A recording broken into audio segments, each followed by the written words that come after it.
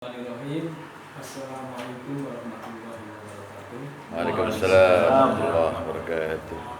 Alhamdulillah. Alhamdulillah kita asal sudah kita dilihat di mana ini boleh pada itu.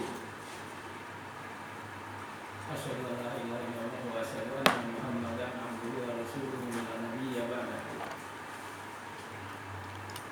Pada kesempatan malam hari ini saya akan mencoba menyampaikan tentang istighfar. Saya kira sahabat-sahabat sudah tahu semua ya apa itu istighfar. Ya. Ada yang belum tahu? Ya, alhamdulillah semua sudah tahu semua istighfar. Istighfar yaitu mohon ampun. Astagfirullah, mohon ampun kepada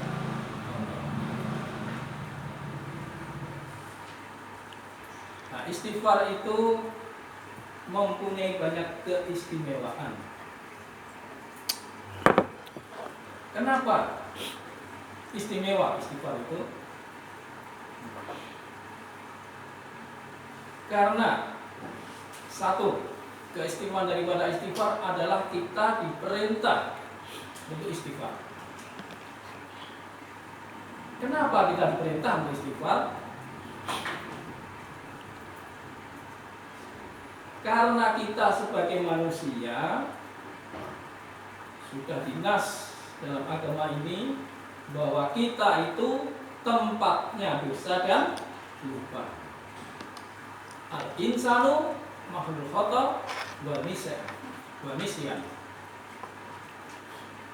Manusia itu tempatnya dosa dan lupa. Untuk itu, agar kita selamat, kita harus banyak istighfar. Dan Allah memberikan solusi kepada manusia, kepada hambanya, agar kita senantiasa beristighfar. Kenapa? Ya itu tadi, karena kita itu tempatnya dosa dan salah. Walaupun dosa kita itu banyak, sebanyak lautan, sebesar bumi, kita jangan sampai putus asa dari rahmat Allah. Kenapa? Karena kita dijanjikan sama Allah bahwa semua dosamu itu akan aku ampuni, kata Allah.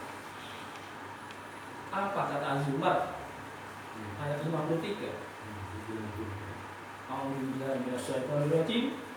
Qul ya ibadiyalladzina asrafu ala anfusihim la taqnatu mir rahmatillah. Katakanlah, wahai hamba-hambaku yang melampaui batas, yang tadi sudah diterangkan oleh guru kita. Ini artinya melampaui batas itu sudah banyak sekali ya. Entah itu dosa syirik, zina, dan dosa-dosa besar lainnya. Jangan putus asa dari rahmat Allah. Allah berjanji, innallaha yaghfiru dzunuba jami'an.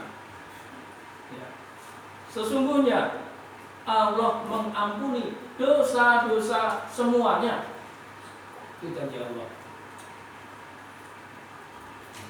Jadi kita ya tidak usah khawatir, senantiasa kita beristighfar, kita minta ampun kepada Allah, niscaya Allah ampuni.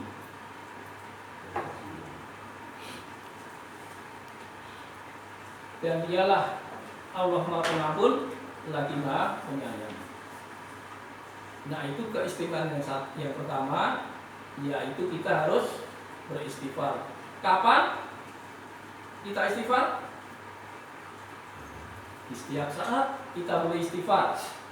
Tetapi Quran menuntunkan istighfar itu di waktu sahur. Di dalam surat 51 Az-Zariyat. Az-Zariyat, Allah berfirman dari ayat 15 sampai dengan ayat 18. Ini merupakan keistimewaan ya orang yang senantiasa beristighfar menjelang subuh, ini mendapat pujian dari Allah Subhanahu wa taala. Allah berfirman, innal muttaqina fi jannatin uyun wa uyun. Maaf, innal muttaqina fi jannatin wa uyun. Sesungguhnya orang-orang yang bertakwa berada di taman-taman surga dan mata air. Ya, jadi orang bertakwa kan tempatnya di surga. Akhidina ma atahum rabbuhum innahum kanu qabla dzalika muhsinin. Mereka mengambil apa yang diberikan Tuhan kepada mereka. Sesungguhnya mereka sebelum itu waktu di dunia, ya, orang yang bertakwa tadi waktu di dunia adalah orang yang berbuat baik. Jadi penting ya berbuat baik. Ini menjadi modal bagi kita untuk ditempatkan di surga. Ayat selanjutnya, kanu qalilam minal laili ma yahjaun. Mereka sedikit sekali tidur pada waktu malam.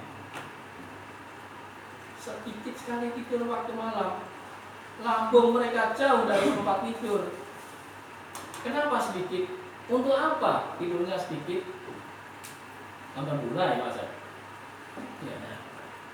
Bukan. Kita untuk mengingat Allah. Banyak kegiatan di malam hari, apalagi di bulan Ramadan. Ya, banyak ustaz-ustaz yang bercerita tentang qiyamul lail. Apa saja di antaranya? Qiyamul lail itu di dalam bulan Ramadan ada sholat tarawih, baca Quran, thalabul ilmi, zikir, berdoa. Dengan kegiatan-kegiatan itu otomatis tidurnya orang-orang yang bertakwa itu sedikit sekali. Jangan mau didoktrin sama dokter 8 jam tidur. Gimana kita mau menegakkan malam kalau gitu?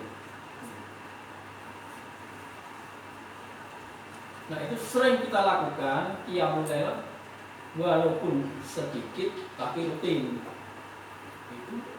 Itu suatu amalan yang dicintai Allah. Dan ayat selanjutnya, wa fi amwalihim haqqul lis-sa'ili wal mahrum. Oh maaf. Wa bil asharihum yastaghfirun. Dan pada akhir malam, mereka memohon ampunan. Yastaghfirun. Jadi di waktu sahur atau menjelang fajar kita biasakan, kita rutinkan untuk beristighfar, untuk minta ampun kepada Allah. Ini diturunkan oleh Quran. Di luar itu bukan apa-apa, tapi ini istimewa. Dan dukungan ayatnya ada di Al-Imran ayat 17. As-sabirina was-sadiqina wal-qanitina wal-munfiqina wal-mustaghfirina bil ashar. Orang-orang yang ada di surga itu pasti orang yang benar, orang yang taat, orang yang senantiasa menginfakkan hartanya, dan mereka minta ampun pada waktu sahur. Dengan dua ayat itu kita jadi paham nih Quran ini, maksud dari Quran ini apa ini. Kita diperintah, ditawarkan untuk istighfar pada waktu sahur. Kalau kita udah biasa enak. Jangan sampai kita kebiasaan untuk bangun sesudah subuh lewat. Pasti ada hikmah dan manfaatnya ini kalau kita membiasakan untuk istighfar pada waktu sahur. Nah, keutamaan yang ketiga adalah bahwa istighfar itu mempunyai pemimpin. Ada tingkatannya. Banyak redaksinya mengenai istighfar. Ada yang astagfirullah, astagfirullah, astagfirullah. Ya, sebagaimana ketika saat sholat kita disunahkan untuk baca istighfar, astagfirullah, astagfirullah, astagfirullah, kalau ada salam dan seterusnya. Ada redaksi lain-lain lagi, astagfirullahaladzim, astagfirullahaladzim, alladzi la ilaha illa huwal hayyul qayyum. Dan pemimpin-pemimpin dari istighfar itu dinamakan Sayyidul Istighfar.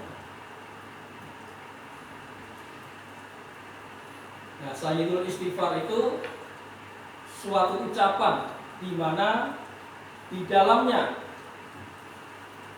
ada pengakuan, ada perjanjian dengan Allah. Makanya ini istimewa. Kita berjanji bahwa tidak ada ilah yang berhak disembah kecuali Engkau. Dan kita mengakui bahwa Dialah yang menciptakan kita, yang memberi nikmat kita. Kita akui kita sebagai hamba-Nya. Untuk itu, saya mohon kepada sahabat-sahabat untuk ini dihafalkan, diamalkan, karena ini mempunyai nilai yang cukup tinggi. Karena pemimpin itu pasti di atas.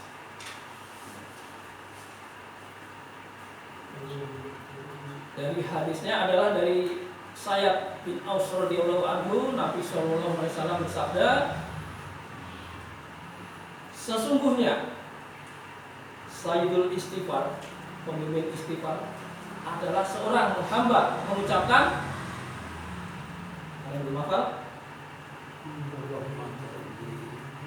Allahumma anta rabbi la ilaha illa anta khalaqtani wa ana abduka wa ana ala ahdika wa wa'dika mastata'tu.